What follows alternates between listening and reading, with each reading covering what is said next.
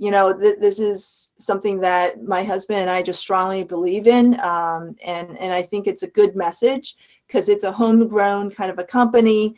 And it's a couple, and, we started this from scratch. And really, we invented this whole idea of headphones and a headband. There are not lots of knockoffs out there now, and there are more and more entrants from some of the big players into the sleep headphone or sleep sound kind of a space. But we really started this about 13 years ago. And so I think that story resonates with people. And the fact that we are shipping, we do a lot of assembly here in Pennsylvania, and we ship worldwide, exporting.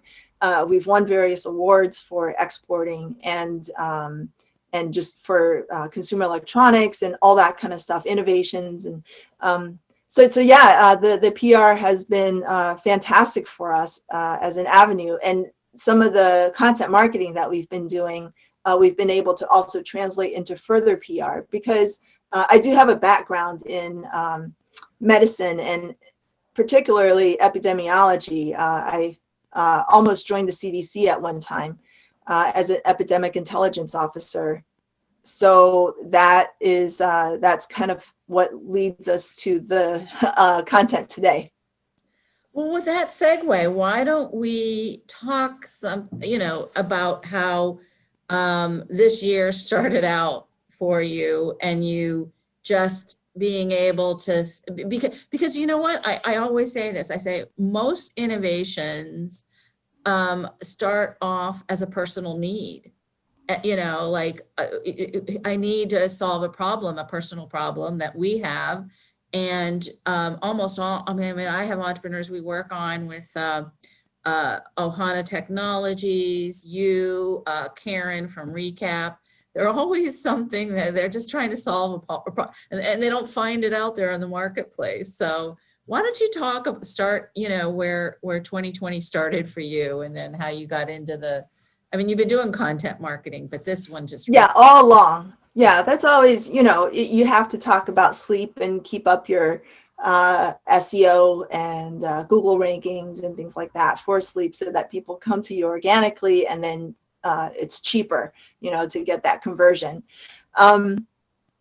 But starting in 2020 in January, we started hearing from our suppliers in China that, they were concerned about this virus that was coming out of there, and that things were going into lockdown. They were asking, if they could get some masks from us and stuff like that. And so we helped them as best we could, not realizing that soon we're going to be asking them for masks. And they certainly repaid the favor later on in March when we started having problems here. But so I started getting some inkling of stuff going on in January. And then in February, with my background, understanding how epidemics work, I was really paying attention to how it was spreading. And by mid-February, I was getting pretty concerned. I knew by then that it had turned into a pandemic, and that there really was no way to control it and keep it out of the US unless we took some really, really aggressive measures early. And we didn't. It was, I realized that we're going to have to pivot. There's going to be a lot of changes in this coming year. And towards the end of February, I posted an article talking about the coronavirus and some predictions about it. So you can see in this slide here that searches for the keyword coronavirus really, really peaked in February and into March. And so towards the end of February, I wrote an article, this one here, that really detailed, the type of rise that epidemic curves see when we're seeing a doubling every week of cases. and what that really means, because you think, oh, it's just doubling, but a few weeks, 4 weeks in, it's a lot. And then 8 weeks in, it's just astronomical.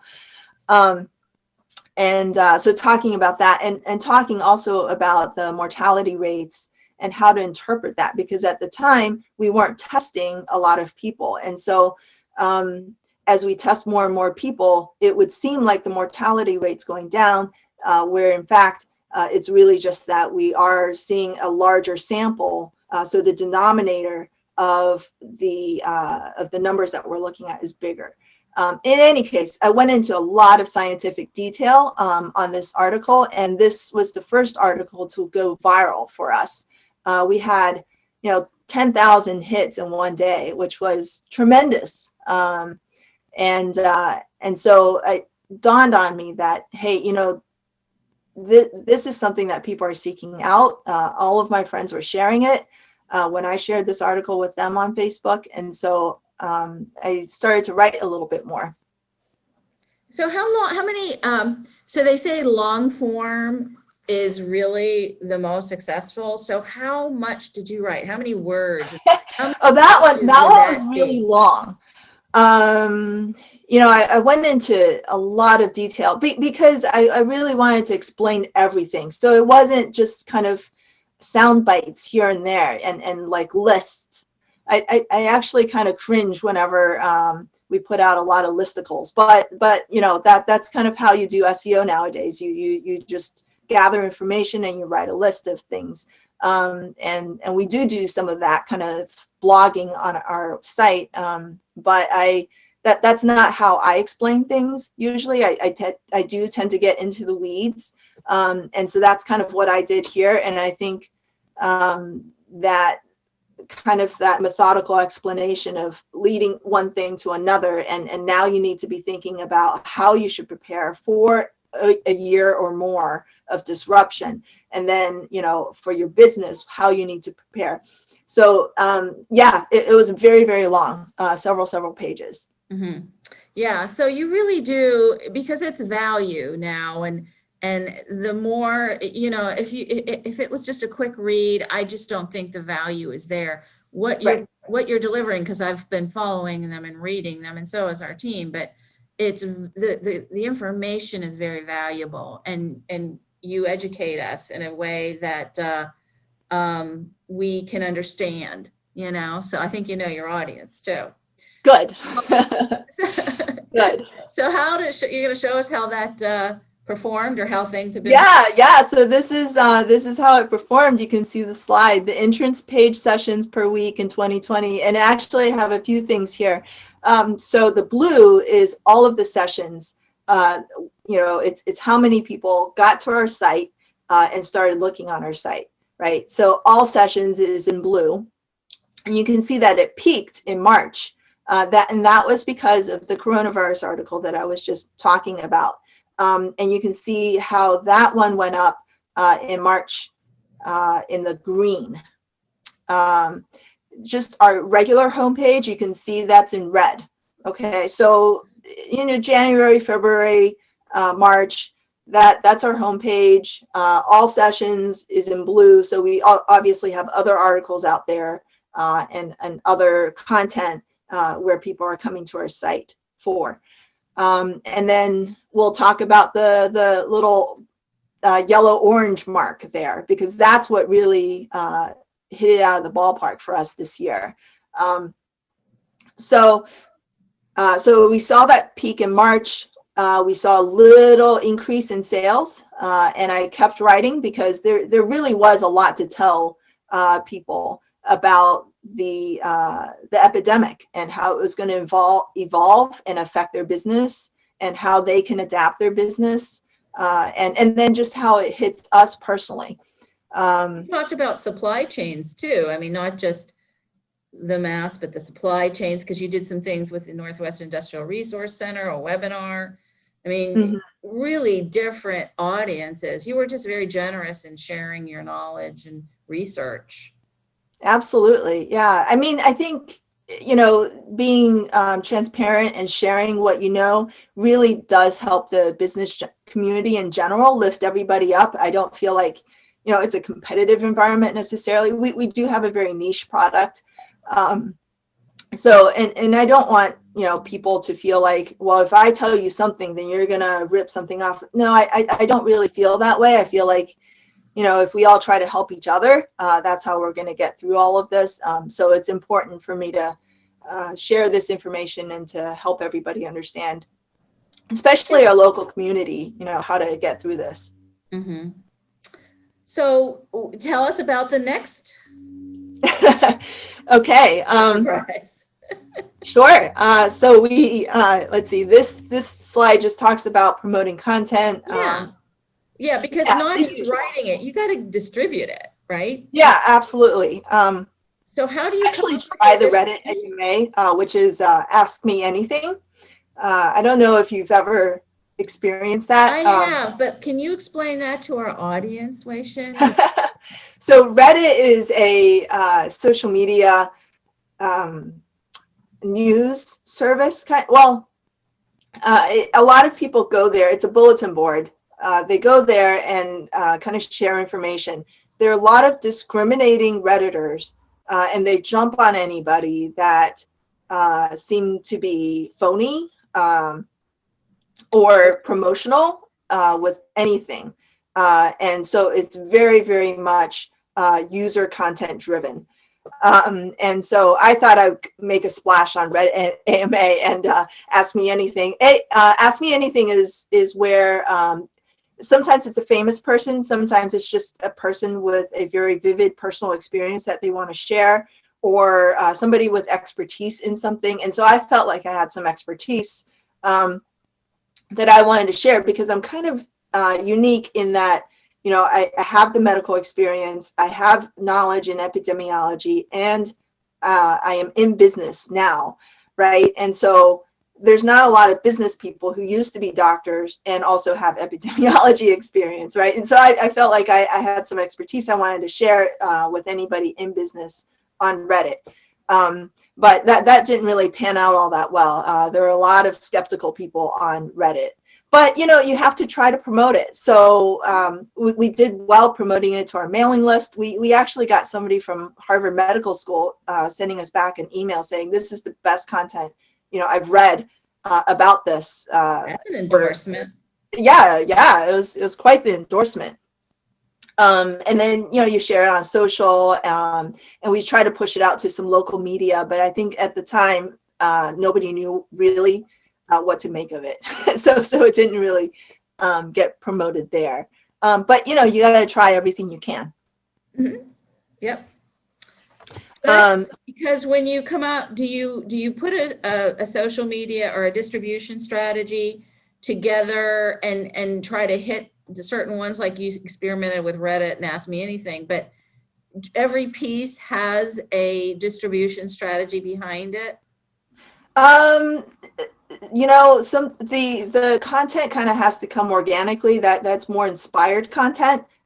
So once I started writing the coronavirus article, I finished, and then I was like, well, this is really geared towards my friends on Facebook. So I just kind of put it on Facebook, and they started sharing it. And then because it was on our website, people came to our website to see it. And so then I realized, oh, this is popular. This is like really cool. People are going to come to our website because of it and possibly buy stuff.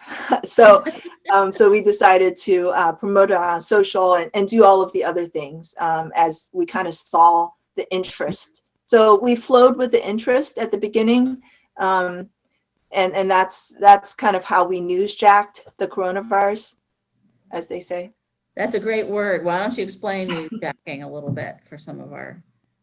So whatever is going on in the news, if you have expertise, if you have personal experience, if there's something of value that you can contribute to the information or to the content that's out there, that's a great opportunity for you to write about it, and to promote your personal viewpoint. Mm-hmm. So that you have to be relevant, you can't right, absolutely. be opposed. And time. Yeah. So, and the timeliness is important here. I've got the mask post up. Let's see.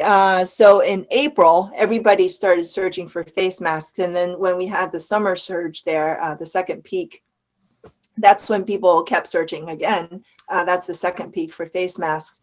So, and really in April, all it was when the mask mandate started, I, we didn't have that many masks at home or anything. So I was like, well, let me just sew some face masks out of cloth like the CDC is recommending, right?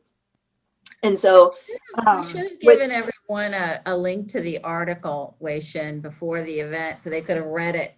Can you tell us a little bit about it? Great. Yeah, this is the article itself. Okay. So, I just started sewing it myself at home. And what I noticed, and because I do have experience being like scrubbed in surgeries, leaning over a patient, with my hands in their guts and, the whole thing, and having to stand there for, up to 8 hours for certain surgeries, and not be able to touch my face, right, for 8 hours. To adjust my mask or to adjust my glasses or anything like that. Like once you've had an experience like that, then you know how to wear a face mask, right? And so I wanted to share my experience with that, and the fact that I wear glasses and glasses fog up, and all the different things that you can do to mitigate the potential discomfort of wearing a mask. So I started sewing my own. I felt like we needed a little nose bridge with wire to kind of hold it in place so that there's not this leaking in this area. And then my technique for preventing fogging is really just for the moisture to not get up into the glasses at all, because surgical suites are pretty cold. And so it's kind of like when you go from now during the winter going outside, your glasses fog up and stuff, or when you come back inside, the glasses fog up. So I just put tape at the top of my mask. And then the ears, the hooking around the ears can get really uncomfortable for long periods too. So it's important to be able to tie it. There's one tie that goes up here and then one tie that just kind of goes underneath your hair. So all of these things I wanted to get out there, because all of the other solutions out there at the time were with the hooks. They were like handkerchiefs and whatnot. It was early on. So we put this out April 8th. And my husband has a long beard. So to help him with his beard, I talked a little bit about all the different things that we did for that. And, we put this article out there and people started coming, and we started noticing on Google Trends that it was because they were searching for men with beards. And so that was really eye-opening. And we started to make sure that we were targeting that. And so you can see here, like some of the things that we did in our HTML. We made sure we optimized our code. We made sure that the headers had the keywords that we wanted: comfortable face masks. The file name had, glasses and beards, comfortable. You'll see the word comfortable and glasses and beards in there several times. All of the links we made sure were keyword driven, and the image file names also had like coronavirus in them and stuff like that. They weren't just, image 5 or something like that. That's not going to do it for you from a SEO standpoint. And then we made sure that every image had alt tags that also had plenty of keywords in them. So yeah, we were ranking number 1 on DIY face masks for men with beards in April, all of April. This is just a search from this past week. And so we've definitely dropped off by now because there's lots more competition and probably better face masks, honestly, at this point. But we still ranked very, very high. If you search for like the entire string of keywords that we used. But yeah, in April, we were number one for, face masks for men with beards. And that's hard. I mean, but you did all the right things. I mean, you did all the optimization strategies and tactics that to make sure it was getting where it needed to be, because but you did it based on the research. You're watching, you're monitoring, and you're tracking your analytics and seeing, okay, this is what's happening on our site. Can we juice it up some more, right? So. Yeah, absolutely. Yeah. And juiced it up we did. We actually did a little bit of paid promotion for this post as well, just to get it out there a little further, because it was working. And you can see that we basically quadrupled, more than tripled our traffic to the site. And that's overall traffic to the site. And the face mask sessions really drove most of that. So even though people were coming to us for the face mask, they stayed for other reasons. The links everywhere on the site take you back to SleepPhones. And so you can see our homepage in the red, our homepage sessions also went up because of all of that. And that's what really helped us. Let's see, harvest the interest. I'll just show you here our sales here. So in January and February, sales were normal. And then March they started to really pick up. And in April, May, June, like that's double. We basically doubled our sales based on that face mask post. But look at fourth quarter here. Well, yeah, that's fourth quarter. So all of the work that you've been doing with the content marketing and everything has helped you, because people were buying and you're making your list, right? So you're able now to get people upsell, cross-sell, and get them to buy gifts, Yes, yeah. So, as with every website, you have the sign up box, which I personally hate. And, I really resisted putting up a sign up box, but I'm glad that we did, because for, face mask posts, maybe you're not going to stay around, but you might type your email in there or something. In any case, we grew our list, and yes, fourth quarter here, we are harvesting that demand. Great. So it really was content marketing, but you also had the list building that gives you more opportunity, because there's nothing better than a house list, right? That people want to continue to hear from you. And as long as absolutely. Yeah, the mailing list is definitely the place where you're going to drive a lot of your sales, especially around the holidays. But, you people who came to your site, you can remarket to them, and they'll be like, oh, that looks familiar, because they were on the SleepPhone site, and they might not have even seen the SleepPhones, but just kind of the background of how things were laid out, the little sheep logo, all of that kind of stuff. Hopefully, the second time we approach them with remarketing, they'll be like, oh, hey, I remember that was for face mask post or something. And they might click in, and yes, so it's working. Well, so talk about, you're mentioning the remarketing. So that was another factor that you use. That's another one of your tools that you use in your strategy and your campaigns. So just explain that a little bit for some people that might not be as familiar with remarketing or retargeting. Sure. So here in the US, we don't have a very strict cookie policy. They certainly do in the EU, where, if you sell to the EU, you have to put up that little banner at the bottom that says, if you click here, if you X out of this, you agree to our cookies, that type of thing. But here in the US, we don't actually have to do that. So pretty much any website you go to is going to be putting a cookie on your browser saying that you've been to that website. Okay, so once that cookie is placed in your browser, and then on our end, we know who you are, kind of thing. We can just, when Google, next time you do a Google search on anything, even if it's not necessarily sleep related, if it's just, if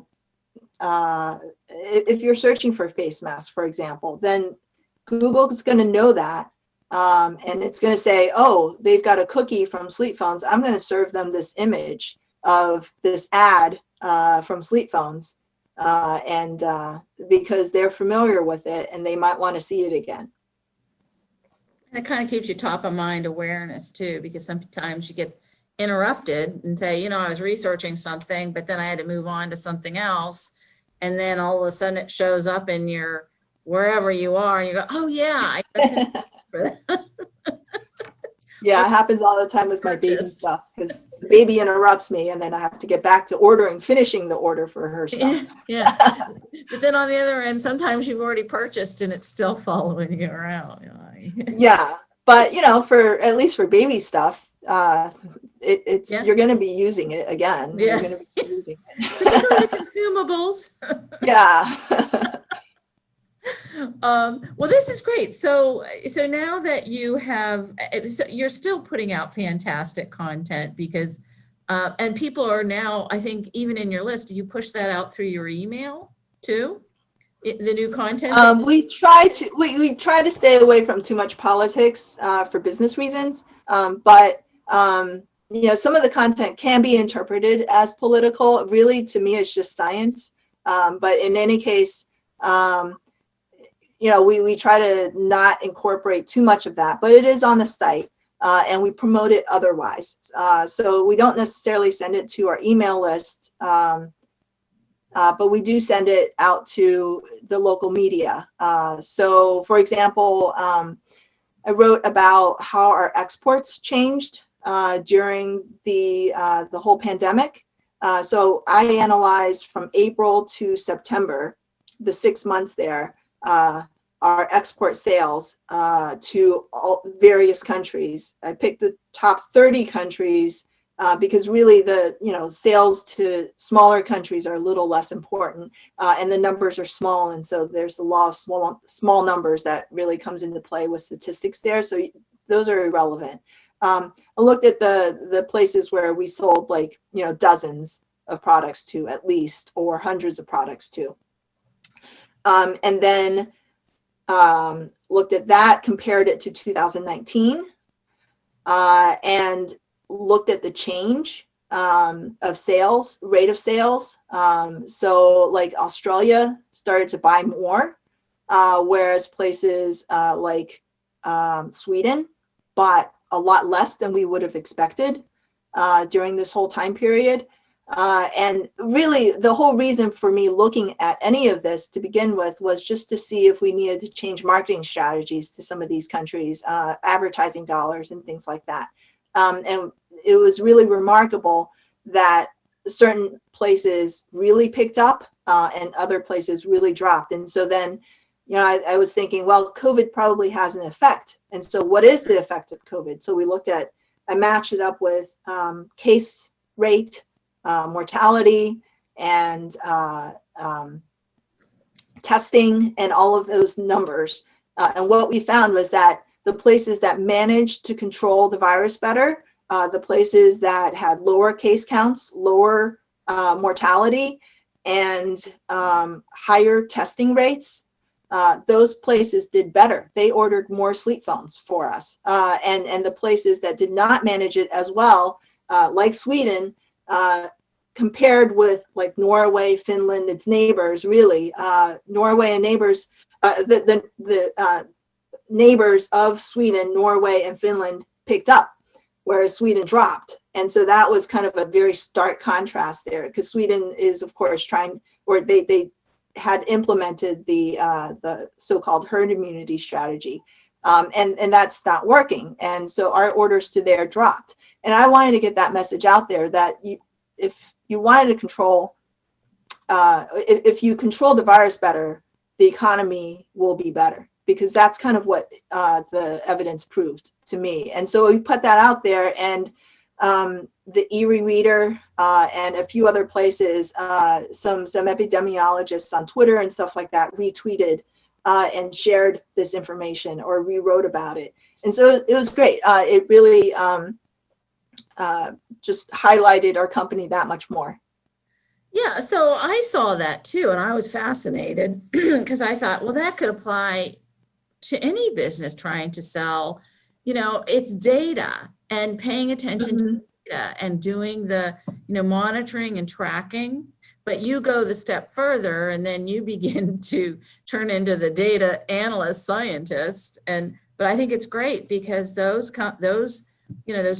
cities, those probably, we have them here, those that had really high rates of the virus, sales for products in general were probably, not that great, where when those that weren't having high numbers and were in the recession of COVID or whatever, the economy was picking up. And so people were able to sell products and services. So good data. I could see how anybody could find that very valuable, and getting that out to influencers through your different channels was very smart of you, because I always say, find the journalists, the publishers, the influencers that write about those topics, and, get them to know you, but give them quality content, and they'll do the work for you. Absolutely. Yeah. And that's what it is. Because it is, they want that detailed content, and not everybody's willing to share that. And so and I kind of left out certain pieces of information, because we do have knockoffs that pay attention to what we do. And I don't want to let them know, oh, hey, you should probably try selling to certain countries, because, they buy a lot of SleepPhones. So I did massage a little bit of some of that, so that we're not giving away some trade secrets. And actually went on Talk Erie to talk about the exporting sales. And the host there asked me if I was going to be doing the same analysis for different states in the US. And so I just completed that article, and that went out yesterday. So now we can compare the different states in the US, and honestly, it's the exact same situation. So the states that control the virus better, we saw more sales. So exact same thing. Wow. So there it is, proof in the data. Test it, right? So right. Yeah. This is such great information. I think that we can go into a Q&A now. If people have some questions, feel free to answer them. And I don't know where Travis is, if you got anybody on YouTube over there, Travis. Okay, great.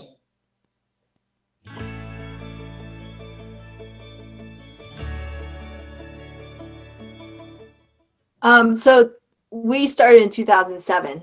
That was still pretty early on in the days of the internet. And it was not too hard, because actually during medical school, I kind of moonlighted as a webmaster for some of the departments in the school. So I had some experience in coding HTML. And when CSS got really hot, that's when I kind of drop out, because I was a medical student. Like, I don't have time to learn this whole new language. But in any case, so I knew some of the background there, and my husband set up all the back end servers and things like that. He put the hardware side of things together, and then I just put all the content together, and that's how we started our website. It was a hard-coded website in the very beginning, and then soon after that, a few years later, my husband put together a Drupal content management system site, and so we were on Drupal, I think 4, 5, 6, 7 over the past years, and then during the pandemic this year, we decided to go back to hard coding.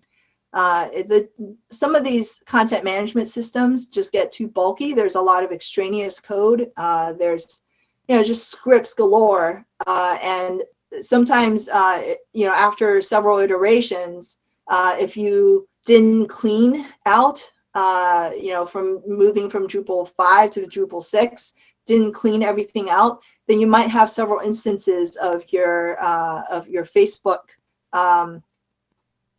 ID that's in there, or different instances of your Google ID, and that just like totally messes up your analytics. And so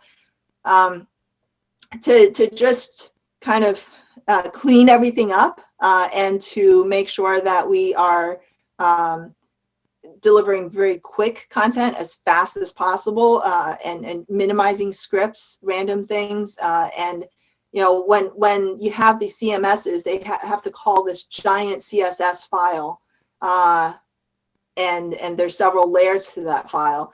In any case, we didn't want to have to deal with any of that kind of stuff anymore. We want to simplify it. So now we've gone back to hard coding. And my husband and his team of developers have really taken over all of that kind of stuff. And now we have a marketing department, and they put together the content. And they make things pretty. Like, I can do a few things in Photoshop, but my stuff isn't pretty. But I can draw something on paper, give it to my graphic designer, and she just really spiffs it up and makes it look nice. So now I've got a team that manages all of that kind of stuff.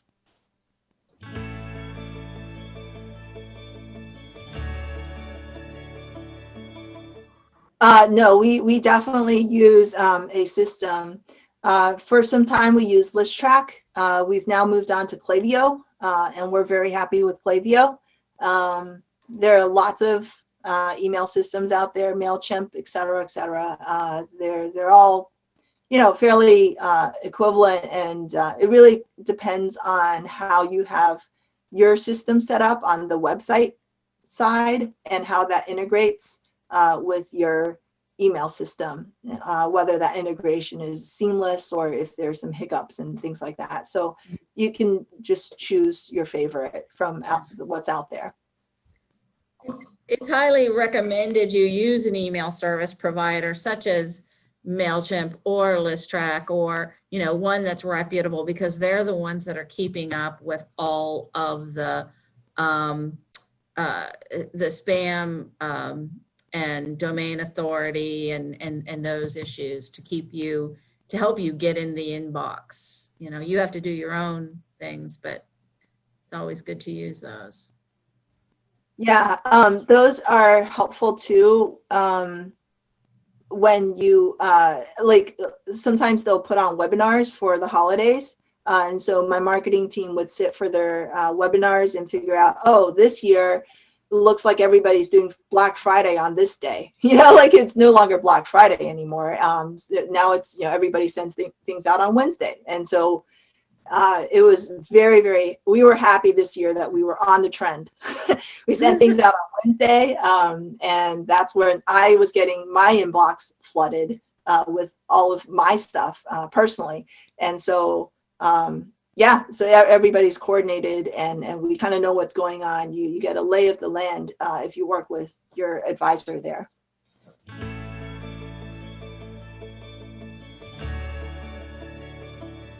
Any more questions? Yes, Innovation Nation. We had attended a trade show, International Consumer Electronics Show in Las Vegas. It's very, very big. It's the biggest one in the US in January every year. You probably see it on TV every now and then. But this Consumer Electronics Show, Innovation Nation was there kind of scouting out who to bring on their show and interview and stuff like that. And so we were spotlighted by them, and they actually came out with a film crew and with their host, Allie Ward, and they went around with us in our home, at our location, our offices and warehouses and stuff like that, to take videos, and it was a fantastic experience. As far as QVC goes, you usually work with a rep that gets you into QVC, And so, if you have an interesting, innovative product, you talk to some reps. You can, there are a lot of ex QVC people who become reps, and they all live in the Philly area. And so if you just, get in touch with one of them, and, make sure that you jive personally, and that they get your product and they'll promote it well and they'll match it up with the right host on QVC. Then that's how you do it. So that they have to pitch it for you. And then if QVC is happy with what they see, then they'll bring you on air. And there's actually a huge process. You have to learn to be a talent, and attend a training seminar and stuff like that in the Philly area.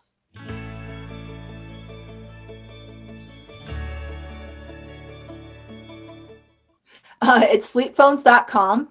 So SleepPhones.com. And we have several versions. The wired version is at $39.95. The wireless with Bluetooth is $99.95.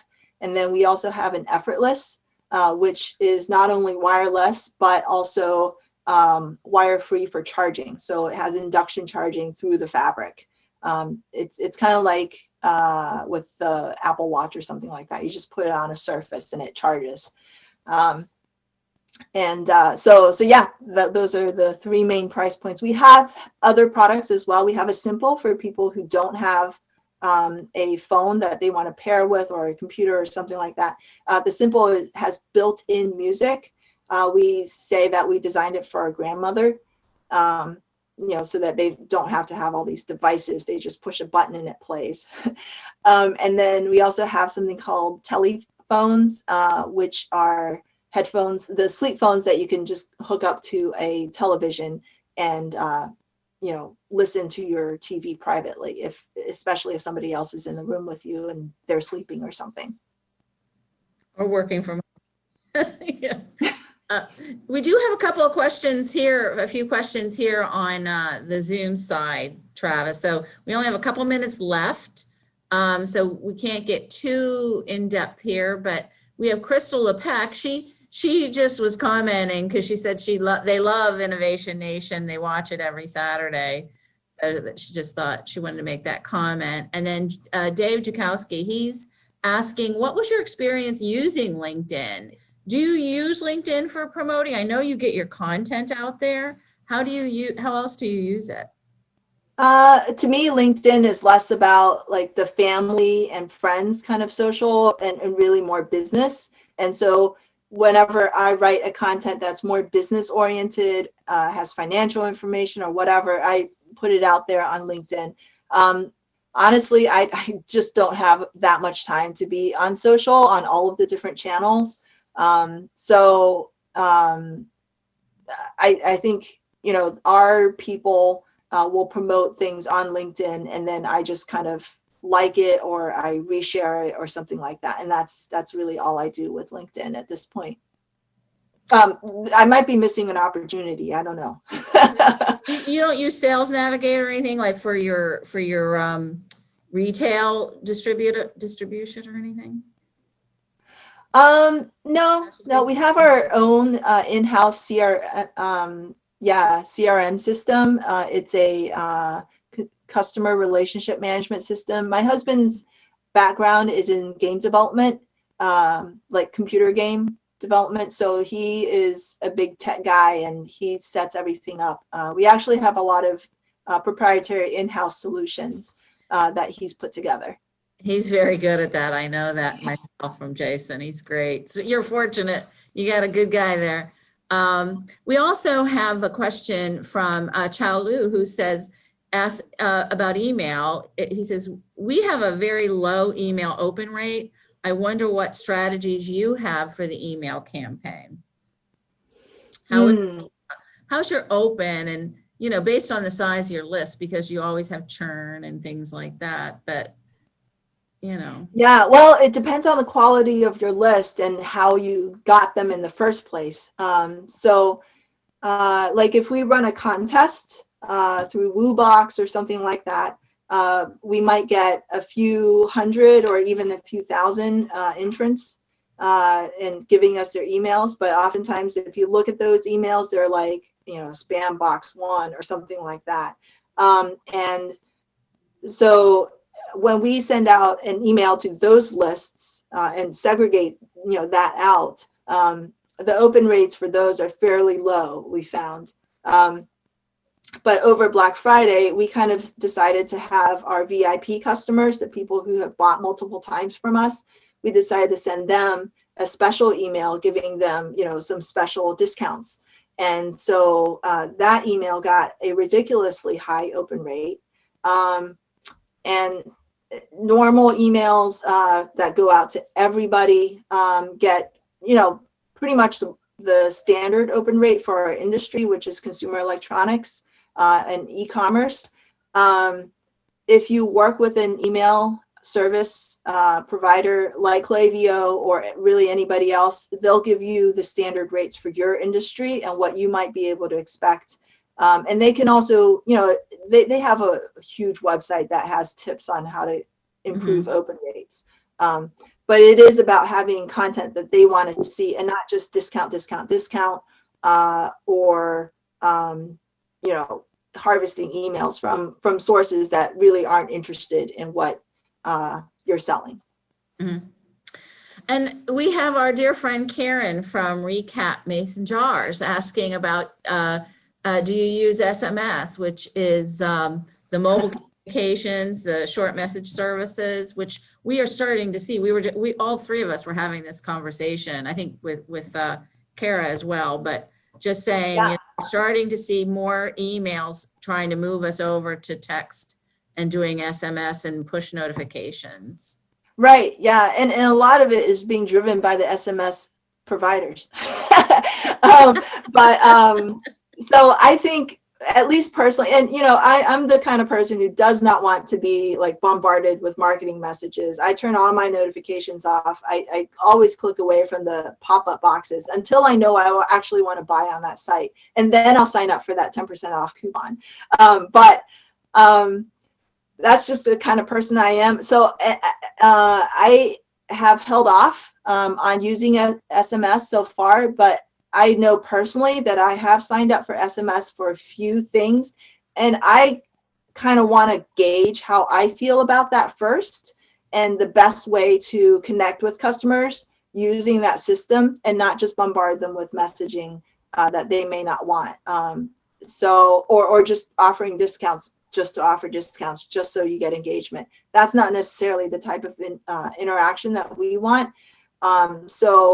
I kind of want to see how my marketing team, how their experience is with it personally and my experience with it personally, and that way we can have a better strategy for using SMS, because we'll probably do it, just haven't had the bandwidth to really figure it out yet. Yep. Yeah. Okay. And last question, I think, was Crystal. She said, what is the best social media outlet to use? And email is social media considered. I mean, but what is your best distribution tool, and what's your best conversion tool?